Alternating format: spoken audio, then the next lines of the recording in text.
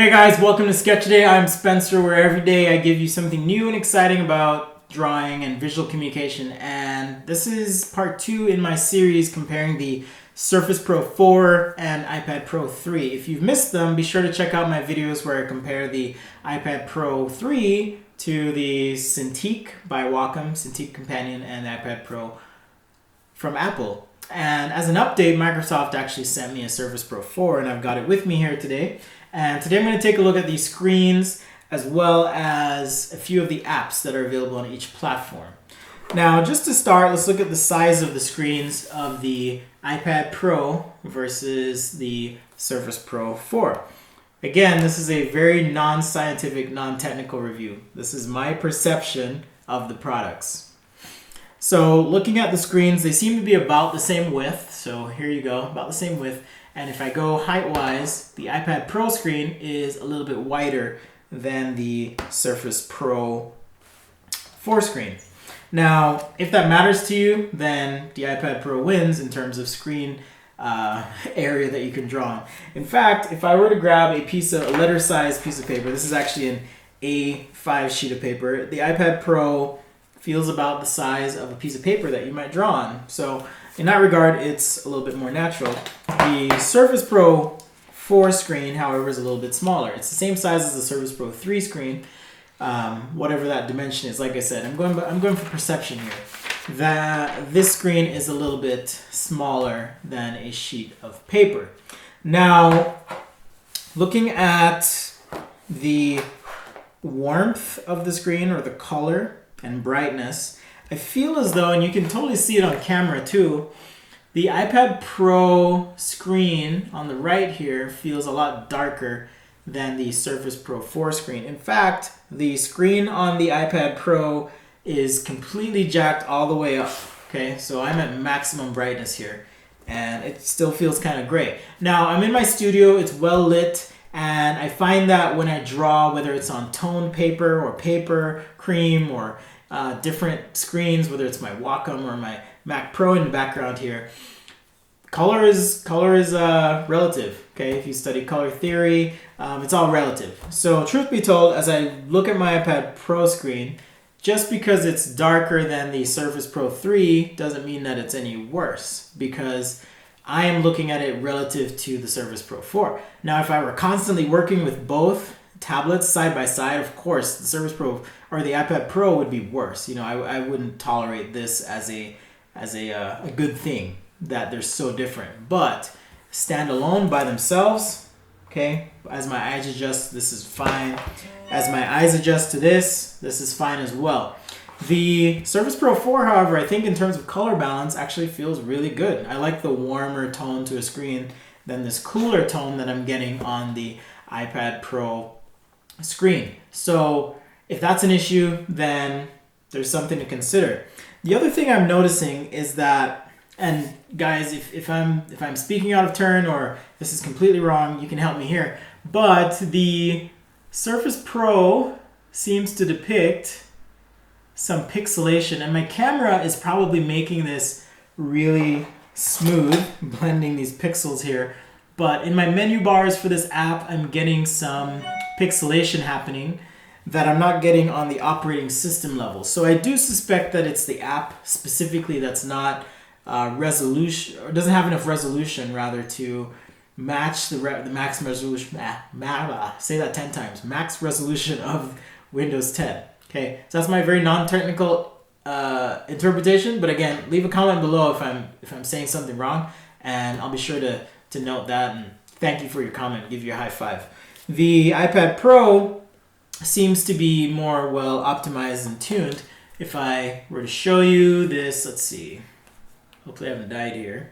No, I'm running out of battery. Okay, so here's a menu object on the iPad Pro, and it's hard for you guys to see. You probably think I'm making this up, but the iPad Pro seems to be more high def. Like everything by the app manufacturer, the app maker, seems to be dialed in to the max resolution of this Retina display for the iPad. So whether that's done by Apple in terms of scaling the app up, or it's done by Autodesk, prior to the launch of the iPad Pro. I'm not sure, but in any case, it's pleasing to see that the controls on the iPad Pro are dialed into the resolution of the platform, whereas the Surface Pro 4 doesn't seem to be as refined, at least with this app. Other apps seem to be fine, the Microsoft apps, which again leads me to believe that this is an issue with the app manufacturer and settings that they've implemented for their app. Pardon my arm there, I'm just adjusting my overhead camera.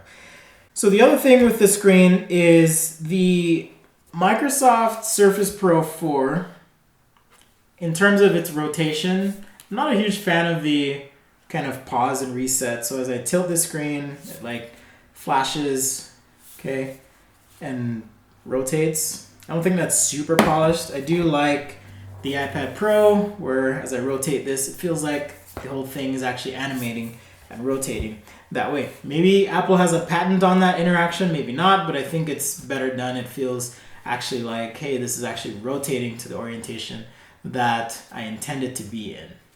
The other obvious thing about the screens is they're actually made of glass. So aside from the coating on the screens, they're really comparable.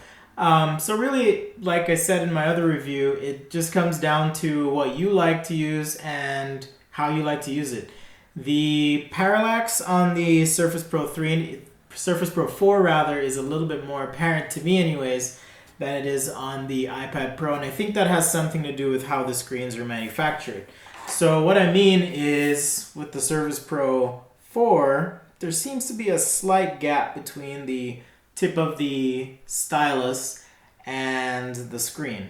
It's a minor gap, it's not a huge deal, but just something that I noticed in my experience using the product. The other obvious thing that I noticed about the screen is that the screen itself is responsive on the Surface Pro 4 to the pen, in that when I get close to the screen, you see a cursor appear.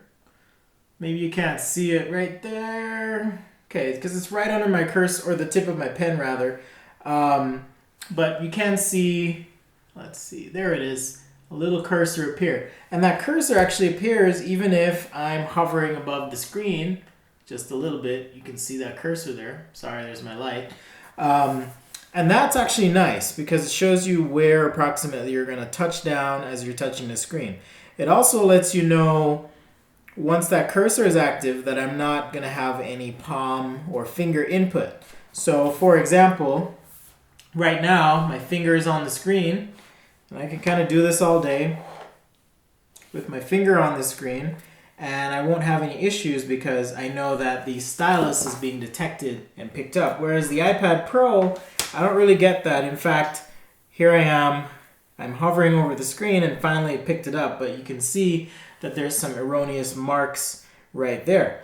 Now, it does vary from app to app on the iPad Pro, like I said before, but for comparison's sake, we're looking at the, hold on just a sec. Okay, for comparison's sake, we're looking at the same apps on the iPad Pro and the Surface Pro 4. So that being said, the palm rejection in these two apps seems to do better on the Surface Pro 4 than it does the iPad Pro. With the iPad Pro, however, each app has its own settings. So I do know, for example, with Procreate, I can turn off finger detection entirely, meaning no matter what happens as I touch the screen, it won't pick up a stroke, for example. So thanks for watching, guys. Those are just a few examples of things that I've noticed with each tablet as it pertains to the screens on each device. If you like what you see, I totally appreciate your time watching this. Subscribe to my channel. I'll be posting more videos with these devices over the break and perhaps into the new year. So you can expect to see some quality content around digital sketching and kind of what this whole tablet phenomenon means, as well as for our core audience, stuff with markers and pencils and so forth. So subscribe and you'll be the first to know. Also, you can find me on Facebook at facebook.com/sketchaday.com. And that's a good way to interact with me as well. You can send me a message or post comments. I understand each community is different. We've got Facebook, YouTube, Instagram, Twitter even. And I am on Twitter at Daily Sketches. And you can also find me on Instagram at sketchaday.com. Thanks again. We'll see you next time when I'll cover a few little other differences with apps on the Surface Pro 4 and the iPad Pro. We'll see you next time on Sketchaday.